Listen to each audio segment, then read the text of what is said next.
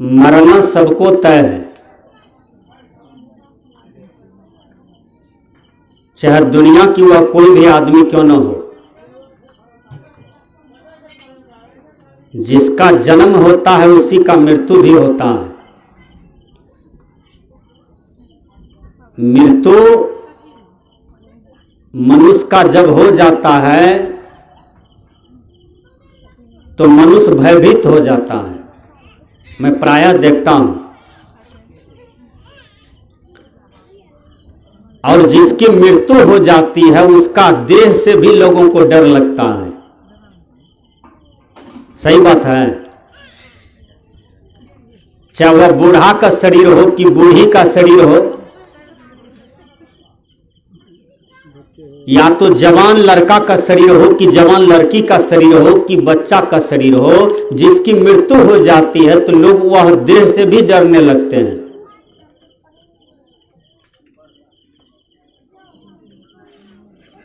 मान लिया जाए आपका माता का मृत्यु हो गया और उस लाश को बांसबाड़ी में रख दीजिए और वहां उसी के बेटा को कहिए तुमको अकेला रहना पड़ेगा यहां पर इस लाश के पास। वो नहीं रहेगा, भर रात वो धोती पेशाब करते करते घिना देगा डर के मारे। क्यों? उसको होगा कहीं भूत बन के हमको उठा के पटक पटक के मार देगा तो क्या देखेगा यहां। ऐसा भी होता है मां का शरीर, लेकिन उस लाश के पास अकेले में रहने में डर लगता है और डर लगेगा क्योंकि मनुष्य के अंदर में एक डर का भ्रम बन गया है। विचार कीजिए, डर किसको कहते हैं? आप लोग अपनी चेतना को मेरे तरफ कीजिए, बच्चा की तरफ मत कीजिए। सत्संग सुनने आए हैं ना। तो डर क्या है? डर एक भ्रम है। डरना चाहिए किसी का हम कद्दू चोरी कर रहे हैं, खीरा चोरी कर रहे हैं, डरना चाहिए। किसी का लहसुन उखाड़ के रख लिए, प्याजे उखाड़ के रख लिए, किसी का बांस काट लिए, किसी का भैंस चोरी कर लिए, गाय चोरी कर लिए, किसी का फसल चढ़ा दिए बिन पूछे, किसी का कान का बाली चुरा लिए, किसी का नाक का नथिया चुरा लिए, किसी का साया साड़ी ब्लाउजे चुरा लिए, किसी का जमीन बेईमानी कर लिए। इसी को डरना कहते हैं। इससे जो व्यक्ति डरते हैं तो समझिए वह स्पष्ट में वह सत्य पर रहेगा, क्योंकि उन्हें बुराई से डर है। एक लाश है, उस लाश से यदि हम डरते हैं तो यह भ्रम है, क्योंकि लाश मेरी मां का है, मेरे पिता का है, मेरे दादा का है। या तो स्पष्ट रूप में मानिए वह लाश न हिंदू होता है न मुसलमान होता है, वह लाश न सिख होता है न यहूदी होता है, वह लाश लाश है, मुर्दा मुर्दा है, मुर्दा किसी का नहीं होता है, मुर्दा मुर्दा है। लेकिन डर क्यों? क्या भूत होता है? क्या प्रेत होता है? आप लोग को भूत प्रेत आंगने में घेरता है, बाड़ी में घेरता है, ट्यूबवेल के पास लगता है, कटहर गाछ के पास लगता है, आम गाछी के पास लगता है। ये रणवीर दास भूत को आज तक 12 बजे रात में, 1 बजे रात में श्मशान घाट में जा जा के खोजा है, ये बेचारे को आज तक नहीं मिला है। ये आप लोग को बिन पूछे चले आता है। विचार कीजिए, कैसा मानव है आप?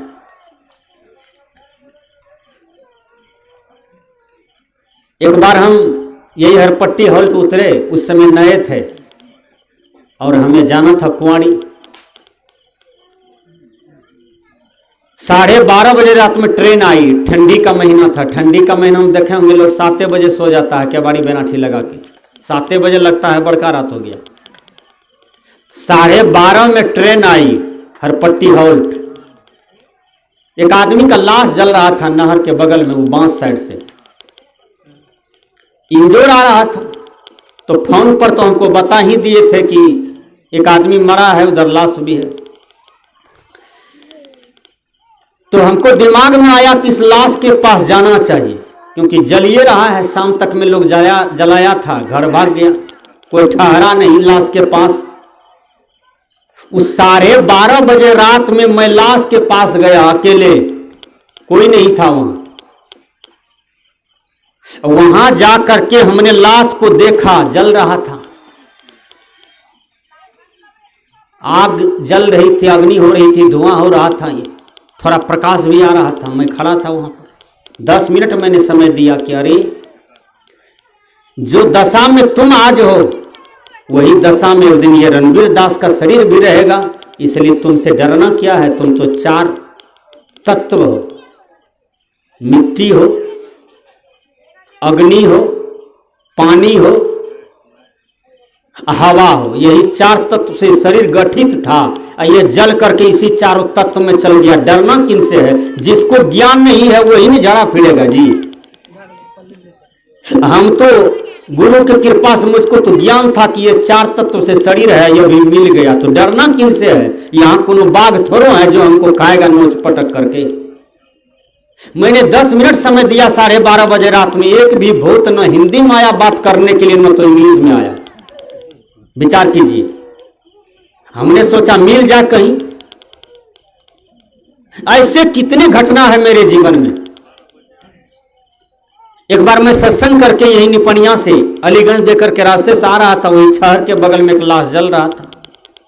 10:30 बजे सत्संग समाप्त किए, 11:30 तक में खाना खाया, 12 बजे विदाई हो गई, हम चल दिए।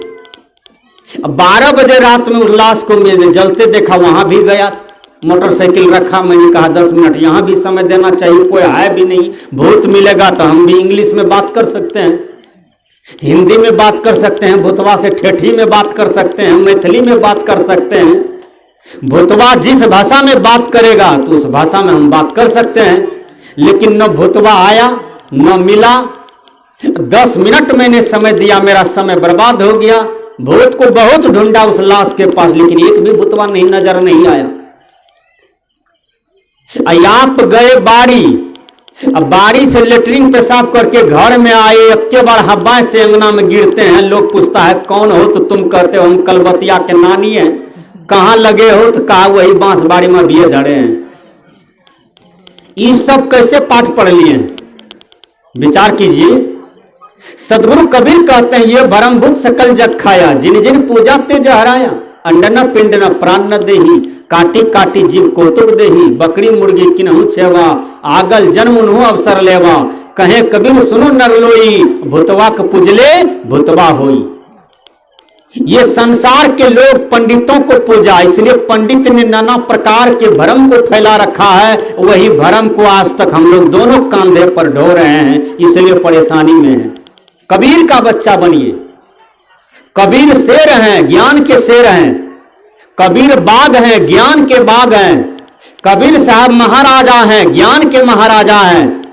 इसलिए सदगुरु कबीर का बच्चा बनिए। न आपको भूत लगेगा, न प्रेत लगेगा, न मुर्दा से डर होगा। संसार में आपके जीवन में किसी भी प्रकार का डर नहीं रह सकता है। इसलिए गुरुवर कबीर कहते हैं ये भरमभूत सकल जग खाया। मैंने कहा कि जो कार्यक्रम में हम लोग बैठे हैं या बरखी के अवसर पर माननीय श्री दिलीप बाबू के यहां होने जा रहा है, साल भर के बाद जब दिलीप बाबू की माता जी मरी तो हम लोग क्या किए? तिल्लान। तिल्लान के बाद हम लोग क्या किए? तो सतलान। किसने बताया? तो पंडित जी। सतलान के बाद क्या किए? तो 9 केस। 9 केस के बाद क्या किए? श्राद्ध। श्राद्ध में दही बुनिया पूरी खूब झाड़े, साड़ी दिए, साया दिए, धोती दिए, अब फिर घर चल दिए हैं। ये सब क्रियाक्रम करके समाप्त हो गया। फिर आया है बरखी साल भर पर। विचार कीजिए ये सब समाज में क्या है? पंडितों के द्वारा बनाया हुआ एक प्रकार की रूपरेखा है। इससे आत्मा को कोई कल्याण गति नहीं मिलता है। जो आत्मा निकल गया शरीर छोड़ करके, तो उनके कर्मों से उनकी सदगति होती है और दुर्गति होती है। अब मर जाने के बाद इधर जितना आप तेल दे करके डिबिया बारते हैं, सब ये महा झूठा है। झूठा नहीं, महा झूठा है। इसलिए गुरुवर कबीर कहते हैं ये भरमभूत सकल जग खाया। पूरे संसार को ये भरम खा रहा है, लेकिन ये आत्मा का उद्धार कर्म से होता है। यह आत्मा का उद्धार अपने ही किए हुए आचरण से होता है, सदाचरण से होता है। विचार कीजिए, हम कुकर्मी थे, ठीक से विचार कीजिए, हम कुकर्मी हैं, अब मर गए, अब पंडित जी हमको श्राद्ध कर दे, बरखी कर दे, क्या ये आत्मा को स्वर्ग हो जाएगा? नहीं होगा। पंडित का जितना भी बनाया हुआ रूपरेखा है सब एक प्रकार की आडंबर है। इस आडंबर से हटिए, ये परेशानी का घर है। आज देखिए हमारे कबीर पंथ में कोई डेट कर जाते हैं तो हम लोग क्या करते हैं? केवल भंडारा करते हैं, वो भी नहीं, कोई प्रतिबंध नहीं है। अरे 4 तत्व में आत्मा रह रहा था, वो निकल के किसी जोनी में चला गया या मुक्त हो गया, फिर उसके लिए क्या करना? ये सब तो ढकोसला है, आडंबर है। लेकिन हमारे हिंदू समाज में लोग तंग है, मृत्यु भोज खाते हैं। मृत्यु भोज खाने के लिए लोग एकदम मार कर देते हैं बैठकी में कि तुमको खिलाना पड़ेगा, लेकिन मृत्यु भोज का आज बहिष्कार हो रहा है। समाज तंग है, परेशानी में है, समाज लूटा जा रहा है, समाज वैमनस्य में है, समाज कलह में है। बेटी का ब्याह कीजिए, उसमें सब कोई मिलकर सहयोग कीजिए, लेकिन मृत्यु भोज जो होता है जमीन बेच करके होता है। मृत्यु भोज जो होता है, आदमी दिल्ली पंजाब खटते खटते तब तक में एक दादा और मर जाता है, एक बाप और मर जाता है, कभी उसको कल्याण नहीं मिलता है। इसलिए संत महात्मा कहते हैं ये सब आडंबर है, समाज से आडंबर को हटाओ। विचार कीजिएगा। तो मैंने कहा कि मर जाए तब हमें क्या करना चाहिए? अरे जो शरीर है वो शरीर पर लपड़ थप्पड़ मारते मारते रोवे, माय गो बाप गो, वो सुनने वाला है, हैं? वो आत्मा तो निकल गया। उस आत्मा को सफेद कपड़ा में लपेट करके धार में बहा दीजिए, सब मछली खा जाएगा और इससे फायदा होगा, हैं? मछली का पेट भरेगा। उस लाश को या तो गाड़ दीजिए, मट्टी खा जाएगा, या तो जला दीजिए, 4 तत्व मिल जाएगा, या तो फेंक दीजिएगा तो जन कल्याण में लग जाएगा। जन कल्याण का मतलब जीव कल्याण में लग जाएगा। ढेर कीड़ा पिल्लू मिल के खा लेंगे तो वह कहेगा आज मैं भर पेट खाया हूं। अभिलाष साहब जी का शरीर छूट रहा था, लेकिन 5 साल पहले बोले थे कि मेरा शरीर को किसी फील्ड में जाकर के रख देना। उसके अपने ब्रह्मचारी को बोले थे अभिलाष साहब जी, लेकिन वैसा नहीं किए। कहा क्या बाहर में रखेंगे, वो तो दुर्गंध होगा, इसलिए मट्टी के अंदर में कर देते हैं, मट्टी खा जाएगा, माटी का खिलौना माटी में मिल जाएगा। तो यह समाज में किसी को मृत्यु हो जाए तो उसे डरिए नहीं, सदा कपड़ा में लपेट करके और उसको मिट्टी के अंदर में कर दीजिए, या तो जला दीजिए या तो फेंक दीजिए। शरीर का यही 3 दशा होता है। उसके बाद आप भंडारा करवा दीजिए, कोई महात्मा को बुला करके सत्संग करवा लीजिए, है ज्ञान की कथा हो जाए। तो विचार कीजिए, या तो उस आत्मा के नाम से आप 2 कट्ठा जमीन दान कर दीजिए, सत्संग भवन के लिए, कबीर आश्रम के लिए, विवाह भवन के लिए, है मुसाफिर खाना के लिए कुछ दान कर सकते हैं, हाय तब। नहीं तो यहां से कोई बेंड नहीं है। पंडित जी ने बेंड बना दिया, पंडित जी ने नाना प्रकार का स्वंग फैला दिया, आडंबर फैला दिया, आज तक हम लोग ढो रहे हैं। कबीर साहब ने कहा कि इनसे मुक्त हो जाओ। विचार कीजिएगा, पंडित जी एक जगह गए, पंडित जी ने कहा देखो तुम्हारा मां जो मरा है ना, तो तुम्हारा मां का कंठ बैठ गया है। ठीक से सुनिए। कहा क्यों? कहा जो जो लोग पंडित जी को गाय दान किया तो उसका मां का शरीर हरिहर है, तुम भी गाय दान करो, तुम्हारा मां दूध खाएंगे, जब तुम्हारा मां दूध खा लेंगे तो तुम्हारा मां का गला जो है ठीक हो जाएगा और वो हरहर हो जाएगा। वहां तुम्हारा मां दूध के बिना रो रहा है। तो आदमी तो सीधा साधा था, का गुरु जी ये कड़िया गाय ले लीजिए, पंडित जी ये कड़िया गाय ले लीजिए। पंडित जी झट से कड़ामा को पकड़ा, रस्सी को पकड़ा और चल दिया।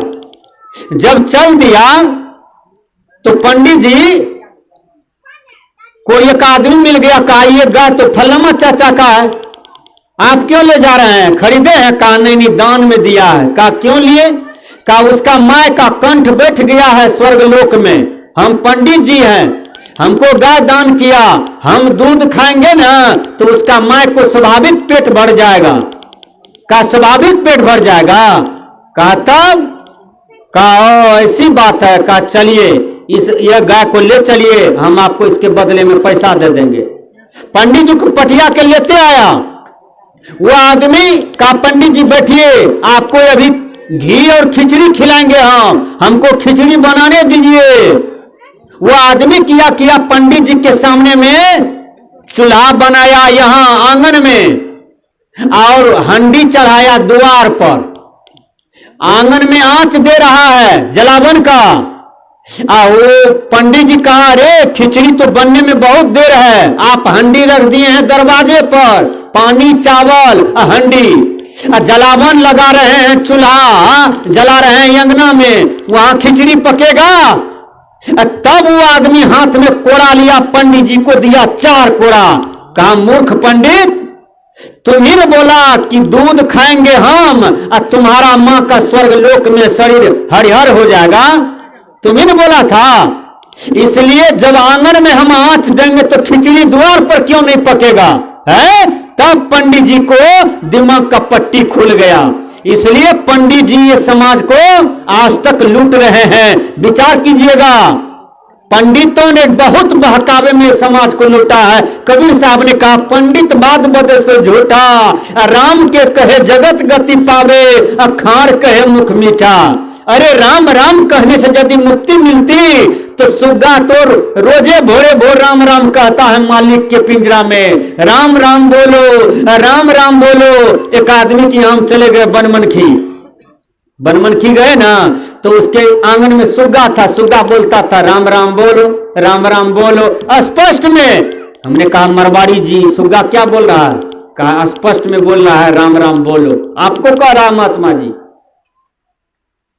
तो सुग्गा को मुक्ति कहां मिलती है? वो रोजे राम राम का नाम लेता है, लेकिन ऐसा ताला मार दिया है कि वो ताला को कोई तोड़ने वाला नहीं है।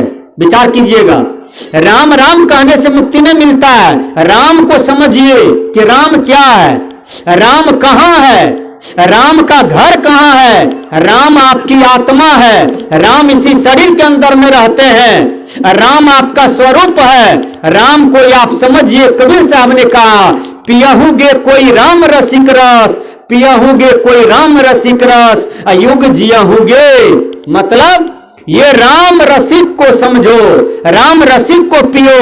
जो तुम्हारे अंदर में राम है वह राम घट घट में निवास करता है। वही राम बकरी में है, वही राम कुत्ता में है, वही राम चूटी में भी है, वही राम मुर्गा मुर्गी में है। इसलिए हर राम पर दया करना चाहिए। एक राम हुआ था दशरथ नंदन, वो राम तो चले गए, लेकिन अब जो हमारे घट में राम है उस राम को समझ करके उसी राम में रमन करना चाहिए और राम पर दया करना चाहिए। आज राम को लूटा जा रहा है। जो चोरी करते हैं वो राम को धोखा देते हैं, जो बेईमानी करते हैं वो राम को धोखा देते हैं।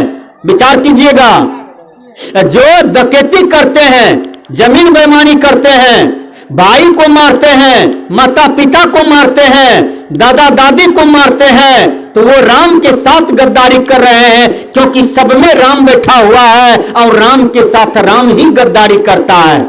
अज्ञानी राम ज्ञानी राम को सता रहा है।